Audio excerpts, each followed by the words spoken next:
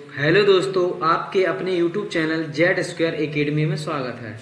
दोस्तों, ये है बीपीएससी शिक्षक भर्ती के लिए रंजीत सर का प्रैक्टिस सेट, जिसमें हम लोग सामान्य ज्ञान के प्रश्नों को देख रहे थे।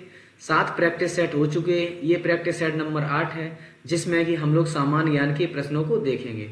दोस्तों, अगर आपको ये प्रैक्टिस सेट अच्छा लगता है तो please like, share and subscribe जरूर करें। चलिए चलते हैं बिना किसी देरी किए हुए प्रैक्टिस सेट नंबर 8 में, जिसमें कि सामान्य अध्ययन के प्रश्न जो दिए हैं क्लास 1 से 5 वर्ग के लिए शिक्षक भर्ती के लिए दिए हैं। चलिए चलते हैं प्रैक्टिस सेट नंबर 8 में। पहले प्रश्न को देखते हैं। वह शासक कौन था जिसने राज सिंहासन पर बैठने के लिए अपने पिता बिंबिसार की हत्या की थी? वह शासक कौन था जिसने राज सिंहासन पर बैठने के लिए अपने ही पिता बिंबिसार की हत्या की थी? तो इसका फर्स्ट का जो ऑप्शन हो जाएगा वो बी, अजातशत्रु। दोस्तों, अजातशत्रु को इतिहास में पितृहंता के रूप में जाना जाता है, जबकि अजातशत्रु का जो पुत्र था वो उदयन, जबकि उदयन ने ही अजातशत्रु की ही मृत्यु कर दी थी। अपने पिता की मृत्यु अजातशत्रु की मृत्यु कर दी थी उदयन ने। चलिए चलते क्वेश्चन नंबर अगला 2 में चलते हैं। सिकंदर और पोरस की सेनाओं ने किस नदी के आमने सामने वाले तटों पर पड़ाव डाला हुआ था? सिकंदर और पोरस की सेनाओं ने किस नदी के आमने सामने वाले तटों पर पड़ाव डाला हुआ था? तो सेकंड का जो आपका आंसर हो जाएगा वो हो जाएगा झेलम के, option number B. Option number B हो जाएगा। दोस्तों, 326 ईसा पूर्व राजा पोरस के साथ बितस्ता का युद्ध हुआ, जिसे बितस्ता के युद्ध को ही हाइडे स्पीच का युद्ध के नाम से भी जानते हैं। चलिए क्वेश्चन नंबर अगला देखते हैं। तीसरा, पैन आयकर विभाग द्वारा जारी किया गया एक खालिस्तान अंक अद्वितीय अल्फा न्यूमेरिक संख्या है। तो थर्ड का जो आपका आंसर हो जाएगा वो हो जाएगा डी, 10 अंक का अद्वितीय अल्फा न्यूमेरिकल संख्या जो होती है, इसमें न्यूमेरिकल संख्या होती है वो 10 होती है। चलिए क्वेश्चन नंबर अगला देखते हैं। चौथा, उस गणतंत्र का नाम बताइए जो 6ठी शताब्दी ईसा पूर्व 8 राज्यों का एक संघ था। वह उस गणतंत्र का नाम बताइए जो 6ठी शताब्दी ईसा पूर्व 8 राज्यों का एक संघ था। तो फोर्थ का जो आपका आंसर हो जाएगा वो हो जाएगा बी, बज्जी। क्वेश्चन नंबर अगला देखते हैं। 5वां, उस साम्राज्य का नाम जिसने पहली बार युद्ध में हाथी का इस्तेमाल किया था। वह कौन सा साम्राज्य है जिसने पहली बार युद्ध में हाथी का इस्तेमाल किया था? तो 5 का जो आपका आंसर हो जाएगा वो हो जाएगा B, Magadh, option number B. Question number अगला देखते हैं 6। अकबर के शासनकाल में भू राजस्व सुधारों के लिए कौन उत्तरदायी था? अकबर के शासनकाल में भू राजस्व सुधारों के लिए कौन उत्तरदायी था? तो 6 का जो आपका आंसर हो जाएगा वो हो जाएगा सी, राजा टोडरमल। चलिए क्वेश्चन नंबर अगला देखते हैं 7। अकबर के एकमात्र हिंदू दरबारी ने दीन ए इलाही को स्वीकार किया था। अकबर के एकमात्र हिंदू दरबारी ने दीन ए इलाही को स्वीकार किया था। तो वो था आपका ऑप्शन नंबर हो जाएगा B, Birbal, option number B. Question number अगला देखते हैं 8वां। क्वेश्चन नंबर 8 देखते हैं। अपने काल का महान संगीतज्ञ तानसेन किसके दरबार में था? तानसेन जो थे वो किसके दरबार में थे? तो 8 का जो ऑप्शन हो जाएगा बी, अकबर, अकबर के दरबार में। दोस्तों, तानसेन का जो असली नाम था वो था रामतनु पांडे। तानसेन का जो असली नाम था, तानसेन का जो असली नाम था रामतनु पांडे। चलिए क्वेश्चन नंबर अगला देखते हैं 9वां। निम्नलिखित में से कौन शुद्ध घरेलू उत्पाद एनडीपी की अवधारणा का सबसे अच्छा निरूपण है? चलिए देखते हैं क्वेश्चन नंबर 9 के ऑप्शन देखते हैं। फर्स्ट में दिया है सकल घरेलू उत्पाद माइनस विदेश से प्राप्त आय। अगले में दिया है सकल घरेलू उत्पाद प्लस विदेश से प्राप्त आय। और सी में दिया है सकल राष्ट्रीय उत्पाद माइनस मूलह्रास सकल। फोर्थ में दिया घरेलू उत्पाद माइनस मूलह्रास। तो 9th का जो ऑप्शन हो जाएगा वो हो जाएगा आपका डी, घरेलू उत्पाद माइनस मूलह्रास।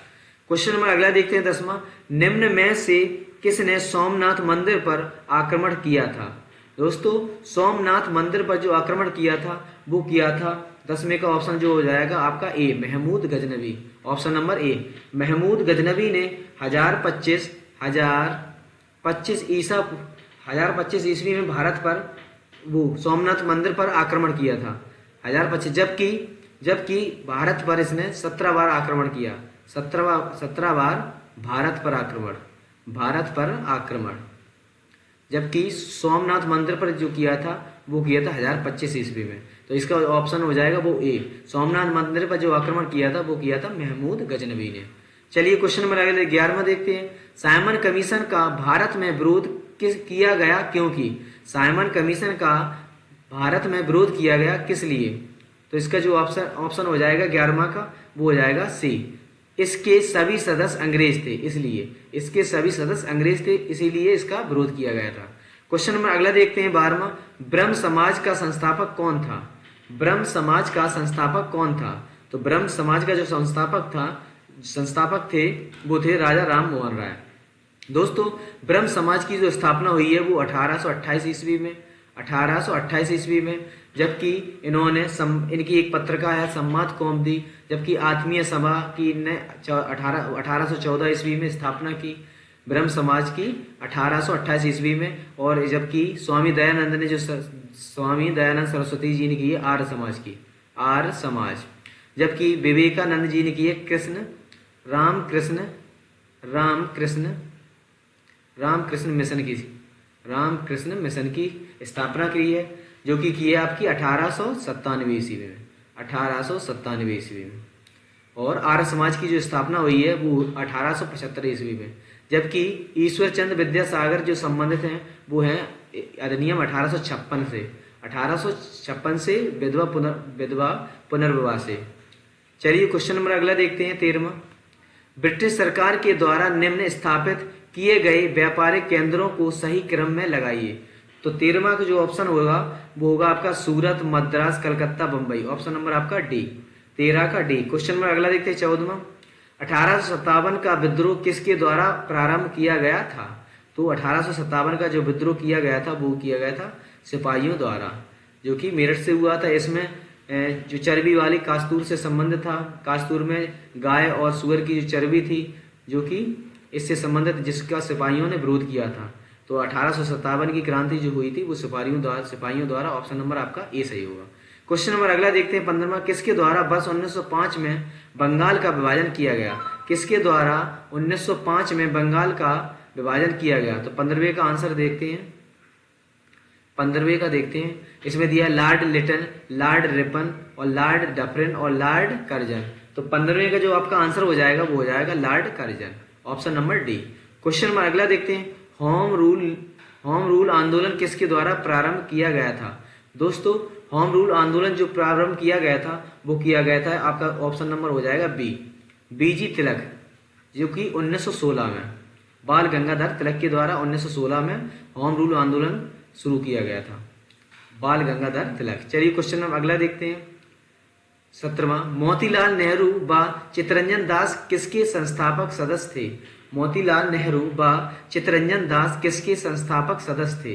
तो 17वें का जो आपका आंसर हो जाएगा वो हो जाएगा डी, स्वराज पार्टी। दोस्तों स्वराज पार्टी का जो गठन हुआ था वो हुआ था 1923 ईस्वी में, जिसमें मोतीलाल नेहरू व चित्तरंजन दास ने किया था, जिसके जो अध्यक्ष थे वो थे चित्तरंजन दास।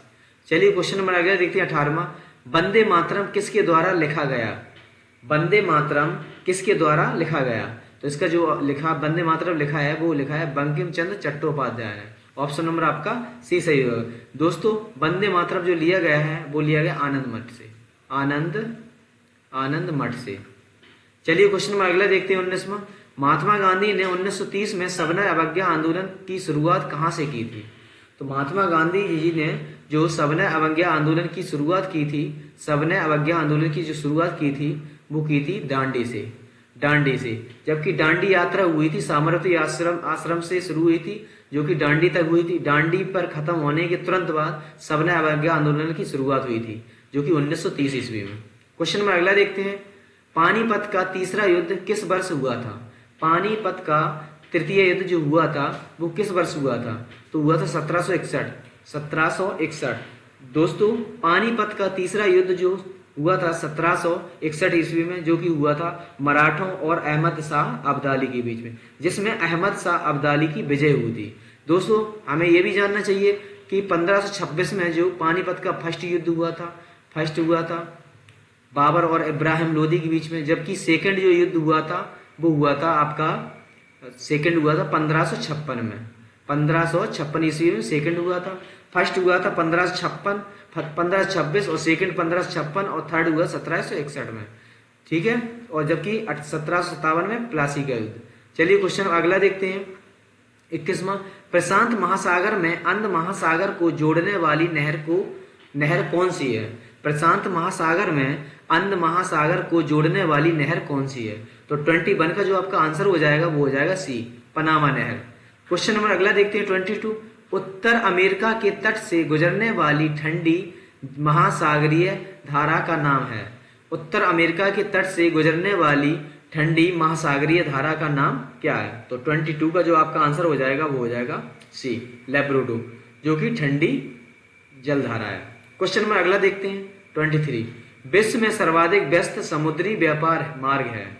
विश्व में सर्वाधिक व्यस्त समुद्री व्यापार मार्ग है। तो इसमें 23 का जो आपका आंसर होगा वो हो जाएगा अटलांटिक महासागर। ऑप्शन नंबर आपका ए सही होगा। क्वेश्चन में अगला देखते हैं 24, टैगा का अर्थ है। टैगा का अर्थ है, तो जो टैगा का अर्थ है वो है शंकुधारी वन। ऑप्शन नंबर आपका बी सही होगा। क्वेश्चन नंबर अगला देखते हैं 25, आवासीय वृक्ष रहित विरल वनस्पति कहाँ पाई जाती हैं? आवासीय वृक्ष रहित विरल वनस्पति कहाँ पाई जाती हैं? तो 25 का जो आपका आंसर हो जाएगा वो टुंड्रा। ऑप्शन नंबर आपका सी सही होगा। क्वेश्चन नंबर अगला देखते हैं 26, चिल्का झील कहाँ स्थित है? चिल्का झील कहाँ स्थित है? तो दोस्तों चिल्का झील जो स्थित है वो है उड़ीसा में। ऑप्शन नंबर आपका ये सही होगा। क्वेश्चन नंबर अगला देखते हैं 27, अंडमान निकोबार द्वीप में गद्दीदार चोटी यानी कि सैंडल पीक कहाँ स्थित है? अंडमान निकोबार द्वीप में गद्दीदार चोटी सैंडल पीक कहाँ स्थित है? तो जो 27 का जो आपका आंसर हो जाएगा, 27 का जो आपका आंसर हो जाएगा वो हो जाएगा डी, उत्तरी अंडमान में। Option number D. चलिए क्वेश्चन नंबर अगला देखते हैं 28, जीएनपी का अर्थ क्या है? जीएनपी का अर्थ क्या है? तो जीएनपी का जो अर्थ है वो है सकल राष्ट्रीय उत्पाद। सकल राष्ट्रीय उत्पाद। ऑप्शन नंबर आपका डी सही होगा। क्वेश्चन नंबर अगला देखते हैं 29, मिश्रित अर्थव्यवस्था से क्या तात्पर्य है? मिश्रित अर्थव्यवस्था से क्या तात्पर्य है? तो 29 का जो हो जाएगा आपका इसमें दिया है सार्वजनिक और निजी क्षेत्र का सह अस्तित्व। ऑप्शन नंबर आपका सी सही होगा। क्वेश्चन नंबर अगला देखते हैं 30, भारत के किस राज्य में उच्च स्तरीय थोरियम वाले मोनोजाइट का सबसे ज्यादा भंडार है? भारत में किस राज्य में उच्च स्तरीय थोरियम वाले मोनोजाइट का सबसे ज्यादा भंडार है? तो वो है केरल में। ऑप्शन नंबर आपका ये सही होगा। क्वेश्चन नंबर अगला देखते हैं 31, निम्नलिखित में से भारत का वह राज्य कौन सा है जो गंधक यानी कि सल्फर के उत्पादन में सबसे आगे है? तो 31 का जो आपका आंसर हो जाएगा वो हो जाएगा महाराष्ट्र। सल्फर के उत्पादन में सबसे आगे जो है वो महाराष्ट्र। क्वेश्चन नंबर अगला देखते हैं 32, हिमालय के स्थान पर कौन सा सागर विद्यमान था? हिमालय के स्थान पर कौन सा सागर विद्यमान था? तो हिमालय के स्थान पर जो था वो था टेथिस सागर। ऑप्शन नंबर आपका सी सही हुआ। क्वेश्चन नंबर अगला देखते हैं 33, कौन सा राज्य बावड़ियों के लिए प्रसिद्ध है? कौन सा राज्य बावड़ियों के लिए प्रसिद्ध है? तो 33 का ऑप्शन देखते हैं 33 फर्स्ट में दिया है आपका महाराष्ट्र, गुजरात, महाराष्ट्र, बी में दिया है गुजरात, उड़ीसा और डी मणिपुर। तो इसका बावड़ियों के लिए जो प्रसिद्ध है वो है गुजरात। ऑप्शन नंबर आपका बी सही होगा। क्वेश्चन नंबर अगला देखते हैं 34, निम्नलिखित में से किसको सूर्य की ऊर्ध्वाधर किरणें नहीं मिलती? किसको सूर्य की ऊर्ध्वाधर किरणें नहीं मिलती? तो 34 का जो आपका आंसर हो जाएगा वो हो जाएगा डी, श्रीनगर। क्वेश्चन नंबर अगला देखते हैं 35, निम्नलिखित में से कौन से राज्य की सीमा म्यांमार से नहीं लगती? इनमें से कौन सा राज्य है जिसकी सीमा म्यांमार से नहीं लगती? तो 35 का जो हो जाएगा वो हो जाएगा असम। दोस्तों असम की जो सीमा है वो म्यांमार से नहीं लगती। क्वेश्चन नंबर अगला देखते हैं 36, किस वस्तु का मूल्य रुपये में व्यक्त किया जाना कहलाता है? किस वस्तु का मूल्य रुपयों में व्यक्त किया जाना कहलाता है? तो 36 का जो आपका आंसर हो जाएगा वो ए, कीमत। क्वेश्चन नंबर अगला देखते हैं 37, सकल लाभ का अर्थ है? सकल लाभ का अर्थ है, तो सकल लाभ का जो अर्थ है वो है कुल व्यय की राशि से कुल प्राप्ति की राशि। ऑप्शन नंबर आपका डी सही होगा। क्वेश्चन नंबर अगला देखते हैं 38, विदेशी संस्थाओं द्वारा भारतीय कंपनियों के शेयर एवं बॉन्ड खरीदने को कहते हैं? विदेशी संस्थाओं द्वारा भारतीय कंपनियों के शेयर एवं बॉन्ड खरीदने को कहते हैं? तो इसे कहते हैं पोर्टफोलियो निवेश। ऑप्शन नंबर आपका बी सही होगा। क्वेश्चन नंबर अगला देखते हैं 39। निम्न में से कौन सी पंचवर्षीय योजना की वृद्धि दर उसकी लक्षित वृद्धि से ज्यादा रही? कहने का मतलब यह है कि जो पंचवर्षीय योजना की जो लक्षित वृद्धि दर, जो वृद्धि दर रखी गई थी उससे ज्यादा वृद्धि दर हुई थी, तो ऐसी पंचवर्षीय योजना जो है वो है 8वीं पंचवर्षीय योजना। 39 का जो आपका आंसर हो जाएगा वो हो जाएगा ए। दोस्तों लक्षित वृद्धि दर, लक्षित जो रखी गई थी, यानी कि जो लक्षित का मतलब जो लक्ष्य होता है, लक्षित वृद्धि दर जो थी वो थी आपकी 5.6, जबकि इसमें वृद्धि जो जबकि हासिल की थी, जबकि वृद्धि जो हासिल की थी, हासिल वृद्धि 6.8%। 5 पॉइंट लक्षित वृद्धि थी, यानी कि इसका लक्ष्य था कि 5.6 वृद्धि दर लक्ष्य था 5.6, जबकि हासिल इसमें की थी 6.8। तो 8वीं ऐसी पंचवर्षीय योजना है जिसमें जो लक्ष्य से अधिक हासिल किया, तो 8वीं पंचवर्षीय योजना। ऑप्शन नंबर आपका ए सही होगा। क्वेश्चन नंबर अगला देखिए 40। श्रम का विभाजन किसके द्वारा सीमित होता है? श्रम का विभाजन किसके द्वारा सीमित होता है? तो 40 का जो आपका आंसर हो जाएगा वो हो जाएगा सी, बाजार की सीमा द्वारा। क्वेश्चन नंबर अगला देखते हैं 41। संघ सूची और समवर्ती सूची के विषयों पर कानून बनाने की शक्ति खालिस्तान में है। संघ और समवर्ती सूची के विषयों पर कानून बनाने की शक्ति किसके पास है? तो 41 का जो आपका आंसर हो जाएगा वो हो जाएगा ए, लोकसभा के पास। क्वेश्चन नंबर अगला देखते हैं 42 देखते हैं।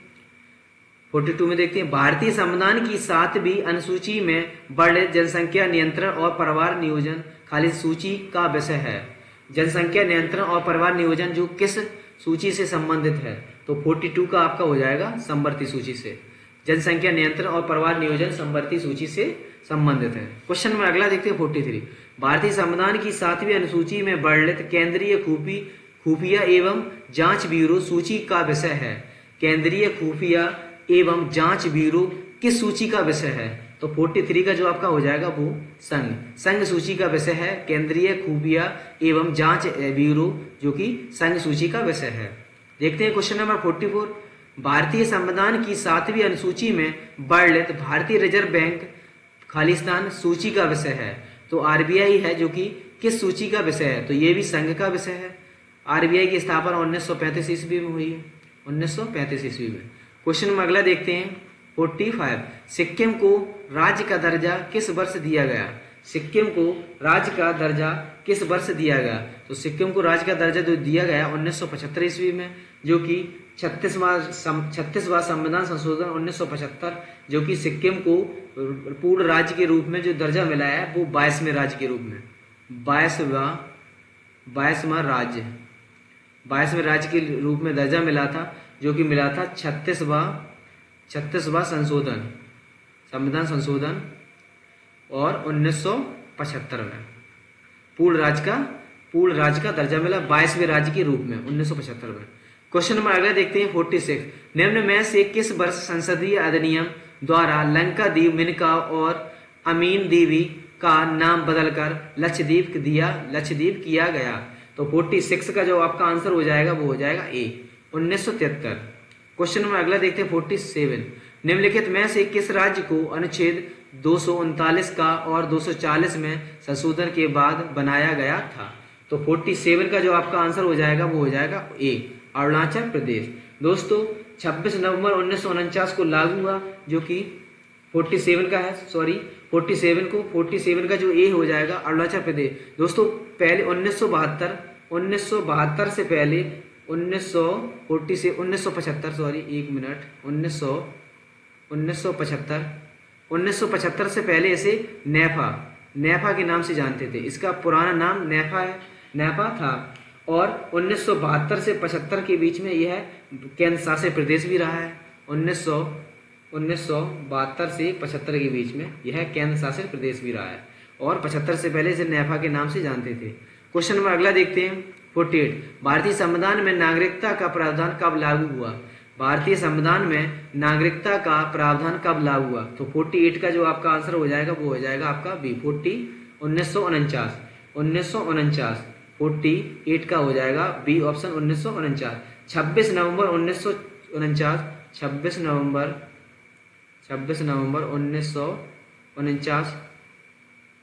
1949 को नागरिकता प्रावधान लागू हुआ, जो कि नागरिकता का प्रावधान है भाग 2 में। नागरिकता का उल्लेख जो है भाग 2 में है। नागरिकता का उल्लेख जो है भाग 2 में है। क्वेश्चन नंबर अगला देखते हैं 49। मनुष्य एक सामाजिक प्राणी है, यह कथन किसका है? इंपोर्टेंट क्वेश्चन है ये, वेरी इंपोर्टेंट। मनुष्य एक सामाजिक प्राणी है, यह कथन किसका है? तो 49 का जो आपका आंसर हो जाएगा वो हो जाएगा बी, अरस्तु। अरस्तु का यह कथन है कि मनुष्य एक सामाजिक प्राणी है। क्वेश्चन नंबर अगला देखते हैं 50। राजनीति शास्त्र को माप विद्या किसने कहा? राजनीति शास्त्र को माप विद्या किसने कहा? तो आपका 50 का जो आपका आंसर हो जाएगा वो हो जाएगा बी, ब्राइस ने। क्वेश्चन नंबर अगला देखते हैं 51।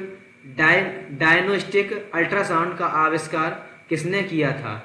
डायग्नोस्टिक अल्ट्रासाउंड का आविष्कार किसने किया था? तो 51 का जो आपका आंसर हो जाएगा वो हो जाएगा इयान डोनाल्ड। ऑप्शन नंबर आपका बी सही होगा। क्वेश्चन नंबर अगला देखते हैं 52। तारों का रंग किस पर निर्भर करता है? तारों का जो रंग है वो दोस्तों किस पर निर्भर करता है? तो उसमें दिया तापमान, दूरी, त्रिज्या, वायुमंडलीय दाब। तो तापमान पर निर्भर करता है तारों का रंग। तारों का रंग जो है वो तापमान पर निर्भर करता है। क्वेश्चन 53 देखते हैं। किसी तरंग की तीव्रता निम्नलिखित में से किसके अनुक्रमानुपाती होती है? किसी तरंग की तीव्रता निम्नलिखित में से किसके अनुक्रमानुपाती होती है? तो 53 का जो आपका आंसर हो जाएगा वो हो जाएगा आयाम के वर्ग के। जो किसी तरंग की तीव्रता जो होती है वो आयाम के वर्ग के अनुक्रमानुपाती होती है। क्वेश्चन में अगला देखते हैं 54। मधुमक्खी का डंक खालिस्तान से युक्त होता है, तो यह एक अम्लीय तरल पदार्थ होता है। ऑप्शन नंबर ए, जो कि मधुमक्खी में दोस्तों फॉर्मिक एसिड पाया जाता है, फॉर्मिक एसिड। 54 का जो आपका आंसर हो जाएगा वो हो जाएगा ए, फॉर्मिक एसिड। जिसे फॉर्मिक एसिड का जो यूज होता है वो होता है फलों के परिरक्षण में प्रयोग होता है इसका। चलिए क्वेश्चन में अगला देखते हैं 55। हीमोग्लोबिन निम्न में से किसके प्रति अधिक आकर्षण प्रकट करता है? हीमोग्लोबिन निम्न में से किसके प्रति अधिक आकर्षण प्रकट करता है? तो इसका हो जाए CO, carbon monoxide. Option number आपका सी सही होगा। क्वेश्चन 56 देख। सिरके का रासायनिक नाम जो है वो है एसिटिक अम्ल। इसे दोस्तों एथेनोइक के नाम से भी जानते हैं, एथेनोइक। 56 का जो आपका आंसर हो जाएगा वो हो जाएगा एथेनोइक। जबकि इसका जो सूत्र होता है CH3COOH। एसिड को जो इसका सिरके का रासायनिक नाम है एसिटिक अम्ल, इसे एथेनोइक के नाम से जानते हैं। इसका जो सूत्र है रासायनिक सूत्र CH3COOH। तो इस 56 का जो ऑप्शन हो जाएगा बी। चलिए क्वेश्चन में अगला देखते हैं 57। अनिद्रा के लिए किस चिकित्सीय शब्दावली का प्रयोग किया जाता है? अनिद्रा के लिए किस चिकित्सीय शब्दावली का प्रयोग किया जाता है? तो वो किया जाता है अनिद्रा का इनसोम्निया। ऑप्शन नंबर आपका बी सही होगा। क्वेश्चन नंबर अगला देखते हैं 58। एक आलू कंद को 2 भागों में काटा गया, ठीक है। इनमें से एक भाग के कटे हुए पृष्ठ पर आयोडीन विलयन की कुछ बूंदें गिराई गई। इसमें किस रंग का परिवर्तन देखा जा सकता है? तो इसमें परिवर्तन जो होगा पहले होगा भूरा, उसके बाद नीला, काला। ऑप्शन नंबर आपका ए सही होगा। 58 का जो आपका आंसर हो जाएगा वो ए सही। क्वेश्चन में अगला देखते हैं 59। होम्योपैथी के जनक कौन थे? तो दोस्तों होम्योपैथी के जो जनक थे वो थे सैमुअल हैनीमैन। ऑप्शन नंबर आपका ए सही होगा। क्वेश्चन नंबर अगला देखते हैं 60। पित्त का संचयन कहाँ होता है? तो पित्त का जो संचयन होता है वो होता है पित्ताशय। जबकि दोस्तों पित्त का स्त्रावण जो होता है, पित्त जो स्त्रावित होता है वो होता है यकृत से। पित्तरस जो है स्त्रावित होता है यकृत से, जबकि इसका जो संचयन होता है वो होता है पित्ताशय में। तो पित्ताशय संचयन पूछा है तो इसका ऑप्शन नंबर आपका ए सही होगा, पित्ताशय। जबकि अगर स्त्रावित पूछता तो होता वो यकृत से। यकृत से स्त्रावित होता है और संचयन होता है पित्ताशय में। तो 60 का जो आपका आंसर हो जाएगा वो हो जाएगा ए। चलिए चलते हैं क्वेश्चन नंबर अगले 61 में।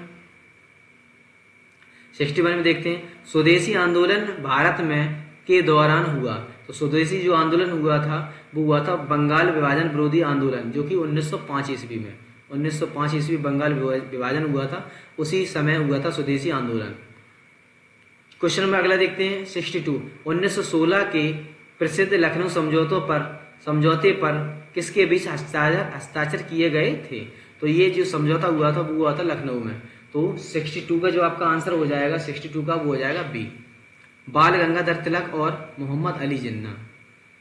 ठीक है, क्वेश्चन नंबर अगला देखते हैं 63। लंदन इंडियन सोसाइटी और ईस्ट इंडिया एसोसिएशन की स्थापना निम्नलिखित व्यक्तियों में से किसके द्वारा की गई थी? लंदन इंडियन सोसाइटी और ईस्ट इंडिया एसोसिएशन की स्थापना किसके द्वारा की गई थी? तो 63 का जो आपका आंसर हो जाएगा 63 का वो हो जाएगा आपका ऑप्शन नंबर ए, दादा भाई नौरोजी। 63 का जो आपका आंसर हो जाएगा ए। दोस्तों 1865 में जो हुई थी, 1865 में जो स्थापना हुई थी वो हुई थी London Indian society, London Indian society. ठीक है, और दूसरी जो हुई थी 1867 में स्थापना हुई थी वो हुई थी east India association, east India association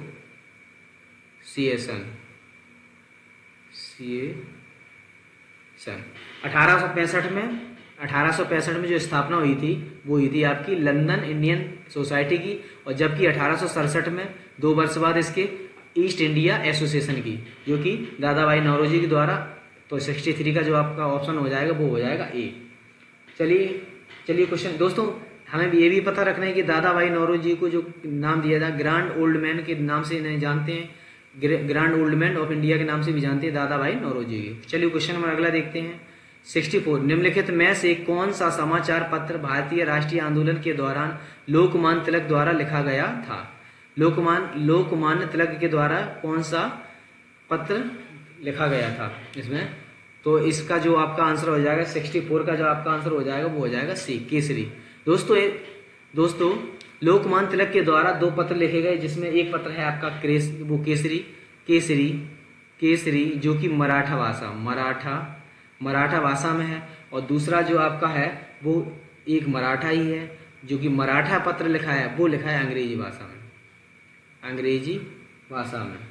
और दोस्तों हमें बाल गंगाधर तिलक के बारे में ये भी पता रखना चाहिए कि इन्हीं के द्वारा 1893 में गणपति महोत्सव, जबकि 1895 ईस्वी में शिवाजी महोत्सव, इनके द्वारा गणपति महोत्सव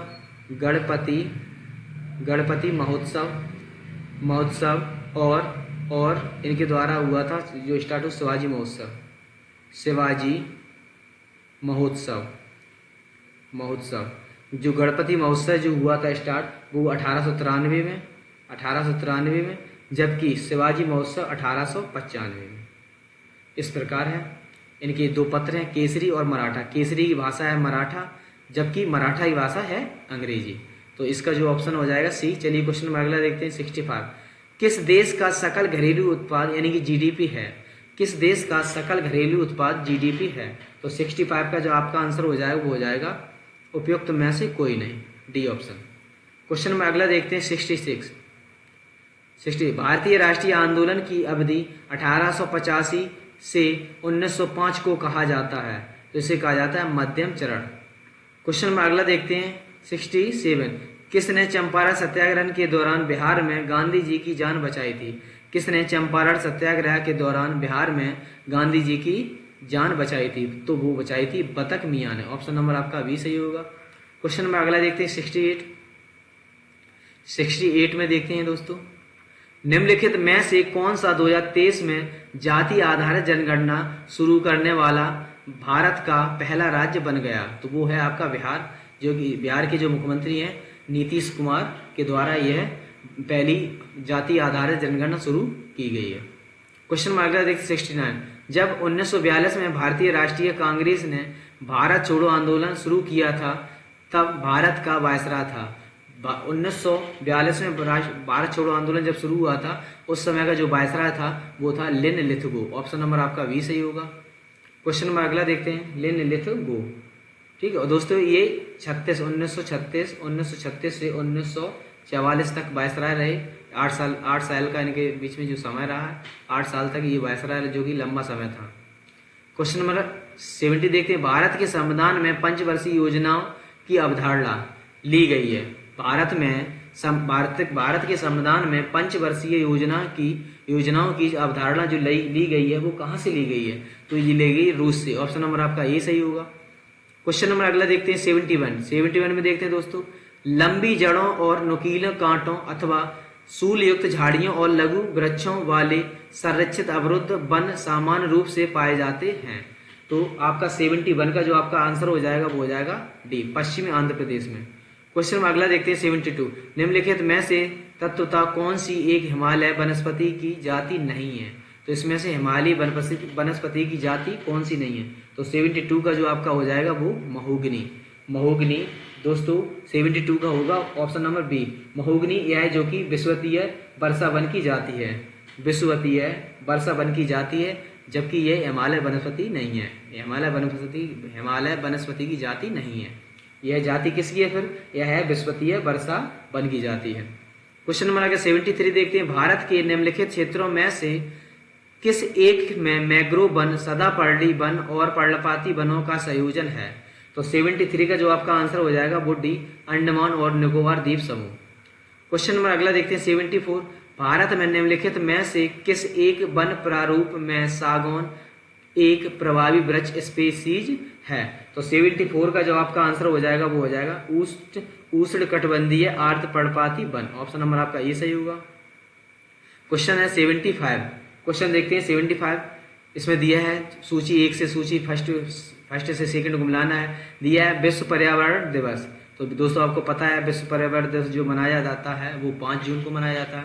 और जो विश्व वानिकी दिवस तो 75 में देखते हैं, 75 में और जो ऑप्शन दिए हैं 1 मिनट इसमें देखते हैं। तो इसमें दिए ओजोन, तो ओजोन का आपका हो जाएगा 16 सितंबर। ठीक है, अब इसमें देखते हैं, और इसमें देखते हैं आपका फर्स्ट में दिया है ए का सेकंड। तो ए का आपका सेकंड दिया है, ए का सेकंड है ऑप्शन नंबर आपका ए है। ऑप्शन ए में सेकंड दिया है और ऑप्शन नंबर डी में दिया सेकंड, जबकि बी और सी आपके गलत हो जाएंगे। अब देखते हैं इसमें जो चेंज है सेम, इसमें डी देखते हैं, डी थर्ड। तो डी में देखते हैं, इसमें डी में दिया है ओजोन संरक्षण दिवस 16 सितंबर, तो इसका जो हो जाएगा 30। तो इसलिए ऑप्शन डी का तीसरा दिया है डी ऑप्शन में, तो इसलिए ऑप्शन नंबर आपका डी सही होगा। क्वेश्चन नंबर अगला देखते हैं, सुमिलित कीजिए सूची वंश सूची को मिलाना है। सिमलीपाल जो है वो आपका कहाँ है? दिहांग दिबांग नौकरेक कंचनजंगा आपका है सिक्किम में, जबकि सिमलीपाल जो है आपका है उड़ीसा में, और नौकरेक जो है मेघालय में, और जो आपका दिहांग दिबांग जो है वो है आपका दिहांग दिबांग है अरुणाचल प्रदेश। तो दोस्तों ए का जो आपका हो जाएगा वो ए का चौथा इसमें दिया है, और दिहांग और दिबांग का जो हो जाएगा आपका थर्ड पॉइंट, तो इसमें भी थर्ड दिया है, इसमें भी थर्ड दिया है, इसमें फिफ्थ दिया है, इसमें फिफ्थ दिया है। डी के हिसाब से देखते हैं, तो डी में जो आपका दिया डी का कंचनजंगा जो आपके सिक्किम में, तो सिक्किम यानी कि फर्स्ट ऑप्शन है, तो फर्स्ट आपका डी, ये भी सही होगा डी। क्वेश्चन में अगला देखते हैं 77, सूची फर्स्ट से सूची सेकंड को मिलाना है। तो फर्स्ट में दिया है कांगेर घाटी कहाँ है? और नागरहोल और कुकीती वन्य जीव और सुल्तानपुर। तो सुल्तानपुर जो आपका वन्य जीव अभ्यारण्य है वो है हरियाणा में, सुल्तानपुर वन्य जीव अभ्यारण्य है जो कि है आपका हरियाणा। तो डी का जो सेकंड दिया है वो किस में दिया है? डी का सेकंड दिया है आपका बी में और सी में, यानी कि ये ऑप्शन है ए और डी आपके गलत हो जाएंगे। अगला देखते हैं, ए में दिया है कांगेर, तो फर्स्ट का जो आपका है कांगेर जो है वो छत्तीसगढ़ में है, तो ए का फर्स्ट जो दिया है आपका बी ऑप्शन में, तो आपका ऑप्शन नंबर बी सही होगा। तो अगला देखते हैं क्वेश्चन नंबर 78 में देखते हैं, 78 में देखते हैं सुमेलित की सूची फर्स्ट से सूची सेकंड को इसमें भी सुमेलित करना है। तो दोस्तों कांगेर घाटी अभी हम लोगों ने पढ़ी है जो कि छत्तीसगढ़ में है, ठीक है। और ऊषा कोटी वन्य जीव अभ्यारण्य जो है वो है ऊषा कोटी है आपका उड़ीसा में, ठीक है। और जो आपका है औरंग जो है वो है आपका असम में। तो सी का जो हो जाएगा आपका सी का सेकंड आपको जो दिया है बी में दिया है और डी में, यानी कि सी और फर्स्ट ऑप्शन गलत होंगे। इसके बाद ऊषा कोटी यानी कि डी का जो फर्स्ट ऑप्शन होगा, डी का आपका जो होगा फर्स्ट ऑप्शन, तो डी का फर्स्ट ऑप्शन आपका बी में दिया है, तो इसलिए आपका 78 का जो ऑप्शन हो जाएगा वो बी सही हो जाएगा। क्वेश्चन में अगला देखते हैं 79, निम्नलिखित में से कौन सा एक जैव, तो इस प्रकार से इसकी अगर मैचिंग भी करना चाहें तो कैसे करेंगे, ए का चौथा हो जाएगा, ए का आपका चौथा हो जाएगा, यानी कि बोंडला हो जाएगा आपका गोवा में।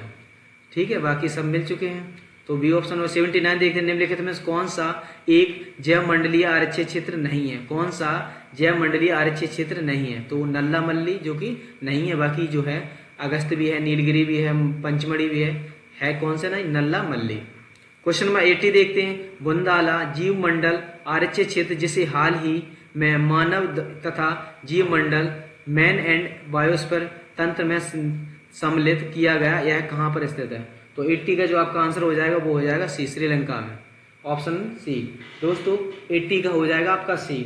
2005 में यूनेस्को द्वारा जैव मंडल आरक्षित क्षेत्र के रूप में इसे शामिल किया गया है श्रीलंका में। बुंदाला को जो शामिल किया गया है वो 2005 में यूनेस्को द्वारा जैव मंडल आरक्षित क्षेत्र के रूप में शामिल किया गया है, जो कि श्रीलंका में।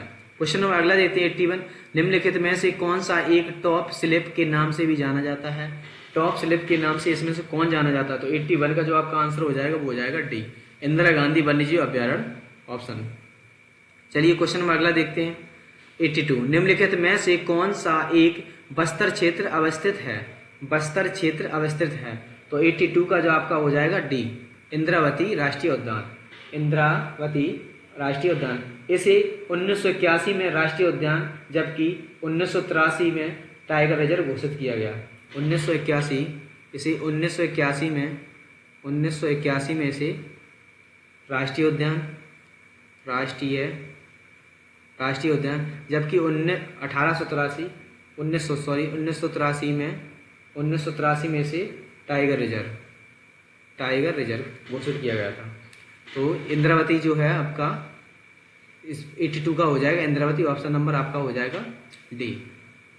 क्वेश्चन नंबर अगला 83 देखते हैं, पारितंत्रों की घटती उत्पादकता के क्रम में उनका निम्नलिखित में से कौन सा अनुक्रम है, कौन सा अनुक्रम है, तो 83 का जो आंसर देखते हैं, ऑप्शन नंबर 83 का जो हो जाएगा आपका मैंग्रोव, महासागर, घास स्थल और झील, ऑप्शन नंबर बी सही होगा।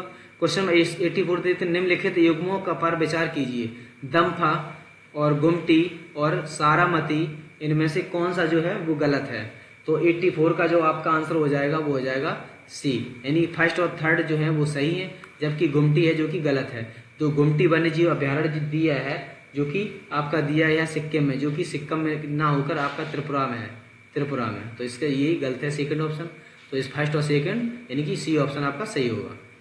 क्वेश्चन नंबर 85 देखते हैं, निम्नलिखित में से कौन सा एक नेशनल पार्क इसलिए अनूठा है कि वह एक प्लवमान यानी कि फ्लोटिंग वनस्पति से युक्त अनूप स्वेस होने के कारण समृद्ध जैव विविधता को बढ़ावा देता है, तो 85 का जो आपका आंसर हो जाएगा वो हो जाएगा बी, केवल लामजाओ,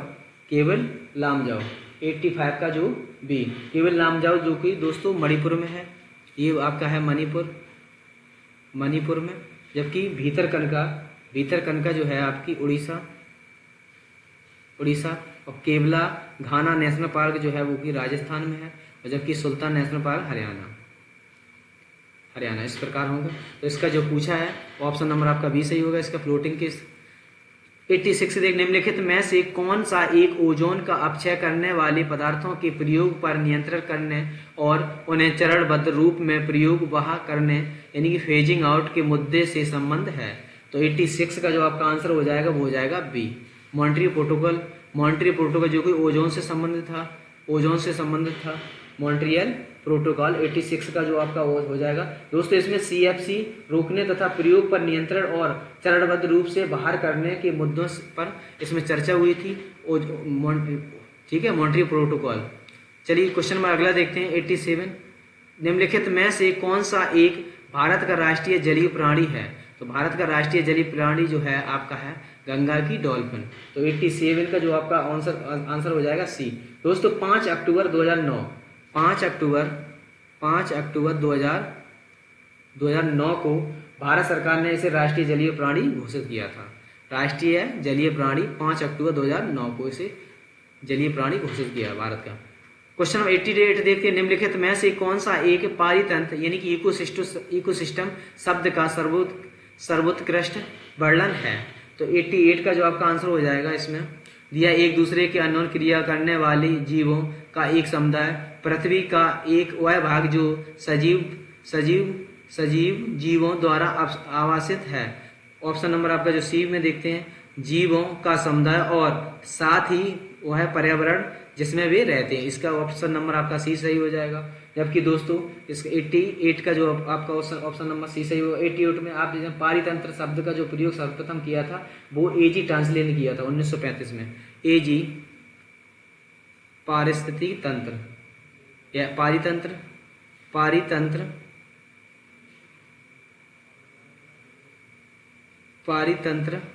शब्द का जो प्रयोग किया था एजी टांसले ने, जो कि 1935 ईस्वी में। चलिए क्वेश्चन नंबर अगला देखते हैं 89, biocarbon and initiative for sustainable forest और लैंडस्केप्स का प्रबंधन निम्नलिखित में से कौन करता है। तो 89 का जो आपका आंसर हो जाएगा वो हो जाएगा डी, विश्व बैंक, जिसकी स्थापना 1944 में हुई थी।